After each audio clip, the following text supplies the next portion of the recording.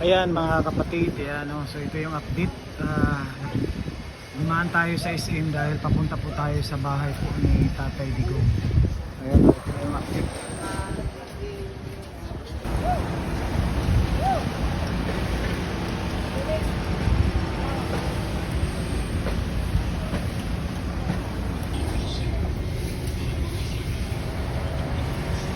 Ito po yung expansion sa loob, pero sa labas abangan niyo yung full video natin. Sa loob po ito ng SM, no? Yan.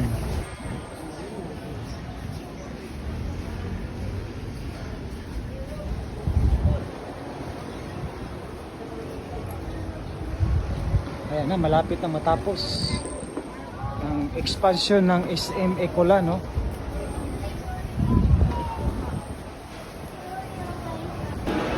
Yan, paborito natin, langka.